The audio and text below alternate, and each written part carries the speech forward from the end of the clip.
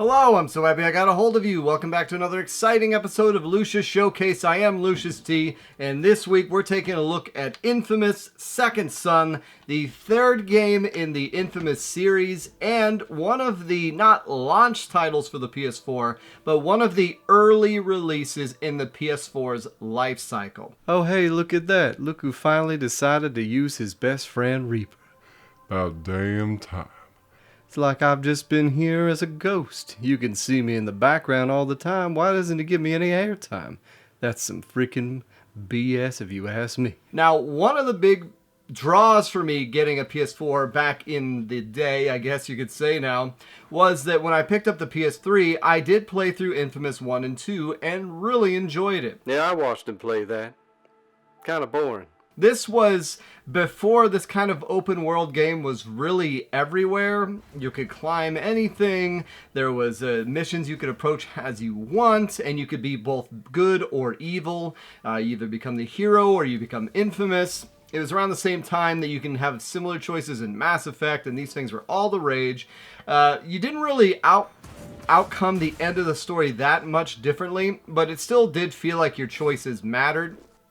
And the act of having to play the game, good or bad, really meant something. So when the third game was announced, I was excited. Though they were going with a new character, they were going with new abilities. Instead of using electricity, you were going to use smoke. And when it came out, it got pretty decent reviews, but it also just fell off the edge of a cliff, just like the whole franchise did. And then the next thing you know, Sucker Punch, I believe, is the ones who made Ghost of Tsushima, and that was a great game. And I don't expect Infamous to come back, which is kind of a shame. Though after playing this game, I kind of get it, because this game is very much indicative of it being an early PS4 game, because it tries things that later games don't really do. So one of the big new features of the PS4 was the fact that they added this. They added this little touchscreen button that you could move your hand on. It reminded me of the Guitar Hero guitar where you could strum it and do that. It's a touchpad. And I never really enjoyed this not that much, and the later in the PS4 lifecycle we got, the more and more developers stopped using it as well for what it was originally intended, and just made it an extra button. And that's about it. You would have maybe two buttons. Maybe you have a button here and a button here. I think that was the most advanced gameplay I ever saw. But in Infamous Second Son, you're not only using this, you're hitting certain spots on the touchpad. You have to draw left, you'd have to draw up, draw right in order to do certain features, and then hold down other buttons to correspond with it. And the whole time I'm playing it, I'm just thinking, why? Like, this doesn't improve the gameplay. It's one of those things where, you could, but you don't know if you should. The famous Ian Malcomn would say. And I have to agree. And this game, unfortunately, I feel like was a sacrificial lamb for some of these new features. Because another thing the game added is it tried to use the motion controls, which I barely even remember this had motion controls, but and of course, there's a lot of toot in this game, which is another reason I think it's a little lackluster.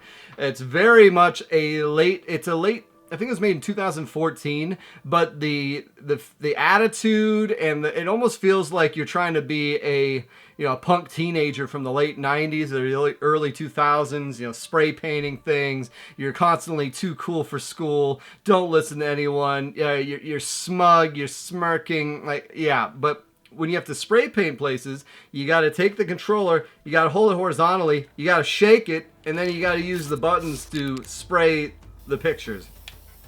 And those are the various different things you do in the zones of the area. So let's talk about the game. So like I said, you have smoke power, which is immensely harder to find than electrical power was in the first game. So you can only really get it from smokestacks or things that are on fire. And it's not firepower, it's smoke power. And you get the same upgrades. You have the whole run of the city, which is nice. When you get in there, it's very... If you follow the main story, I think you could beat the game in about 3 to 4... not 3 to 4, but like probably 6 to 8 hours. But if you go through and you do everything in the city, you find all the secret agents, you find all the shards for the upgrades, you do all these different things, take each individual area down, which, I just did that before I really got into most of the story. So I pretty much unlocked the entire first district, cleared out all the DUA, that's another thing in the game, is that now after the events of the first two games, the people who are conduits are considered bioterrorists. A whole agency is popped up called, I believe it's a DUA, where they go out and they eradicate all the conduits. They get it under lock and key, and it's ran by a conduit, and she is doing experiments on them, and the game starts with 3 of them escaping from a van, and then you guys, I believe you're on an Indian reservation or some sort of thing, because they keep talking about the tribe and all that, because your name is Delson, and then your brother's a cop, and you're always a shit, and you get caught, and then somehow one of the escaped convicts comes across you, and you touch him, and then you absorb their power. And that's kind of Delson's thing, is he's like a conduit who doesn't have powers until he touches them, and which is a bad thing in this world, because they're very much not liked. So it made it easy to go through the whole game as just being Infamous, because you can just go around killing everything. It makes the mission so much easier. You have more. It's just that's how I decided to play it. I've done the hero playthrough. It's not nearly as much fun because it's so much more restrictive. Sometimes you get screwed. It's harder to level up. Whereas this one, you can just go around killing everything, and then you eventually just level up and get to the more levels of infamy. And there's not just smoke power. So spoilers. You eventually track down the other 2 escaped people, and you get the power of Neon, which gives you incredibly fast movement, and it doesn't even make it so you have to scale walls, which makes sense why. The climbing I found in this game was a little lackluster compared to the previous Infamouses, as much as I can remember from almost a decade ago. I found it troublesome getting to the roof. You would have to find these smoke stacks that would shoot you up to the top. But the Neon allows you just to go all the way through the city, just blazing a trail. And then there's video power. Which Neon and video power are both just like, okay, we get it. Electrical power was a great thing to do. You found 2 facsimiles for electricity. Video power and neon power. But video power is another one that gives you more interesting powers. And I found both the neon and the video immensely more interesting to play with than the smoke. And there's also a 4th power, but you unlock it right at the end of the game. So I'm not going to talk about that one. They all are interesting, but they all really feel the same. All the upgrades kind of are, like, it's just, there doesn't have to be 3. One of the great things about the first and second Infamous is when you got upgrades, you felt the power, you felt the addition. In this one, it's kind of like you have bite-sized burgers versus a giant burger. So it's like, oh, I unlocked everything else. Okay, I guess I got enough. I guess I'm treading water until I find the next one, treading water until I find the next one, and then you rarely jump between them. I just didn't find much reason to jump between them. Combat is still decent enough. I don't remember if you had a life bar in the previous game or not, but in this one, it's kind of like a tolerance meter where you get hit so much until you eventually die. Like the screen goes further to black and white and then you pass out. And I played this on the PS5. It is one of the games in the PS Plus collection, so it was nice to see it there. But once again, it's just, you don't hear about it. You don't hear about it. It's really cheap, too. So almost for that reason alone, I'd say it's worth picking up, especially if you never played the first 2. Though I will say, I enjoyed Cole and the story of the first 2 immensely more than this one. Like I said, Delson is just a little, I don't know. Maybe it's because I played the evil playthrough, but it's just, there's just not much to it. There's just not much to it. His motivation is very underwhelming. It just feels like they needed a reason to get someone into this world that they kind of had to just shoehorn them in, and I didn't think it worked. His brother, too, is an interesting character. Not going to say what happens with that, but that is a little bit of one of the only things in the game that had me feel something.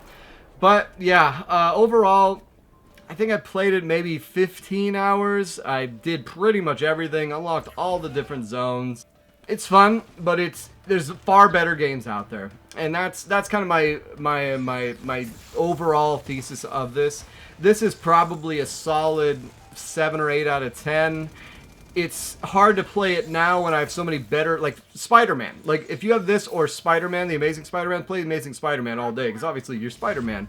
That's kind of the realization of where this game was going, and then that took the ball and ran with it much further. This one, it makes sense why it died on the vine. It makes sense why you don't hear about it. Maybe check it out. It is very aimless. You have to kind of decide to go if you just go for the story missions, you can do that, but otherwise you're going to be running around spending a lot of time doing meaningless BS, doing his stupid tags on the walls and all these other things that I don't know. I wasn't that much of a Tood person back in the 90s, and I'm not now. But hey, some people might like it. But that is your review. Let me know what you thought of Infamous Second Son if you've played it. It is free if you have the PS5 on the PS Plus collection. Otherwise, you can still find a physical copy, I want to say for $10 or less.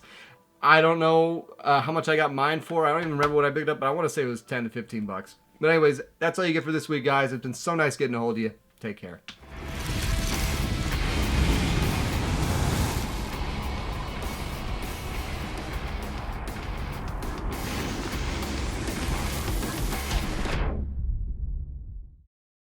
Man, I remember a time when this channel used to be good.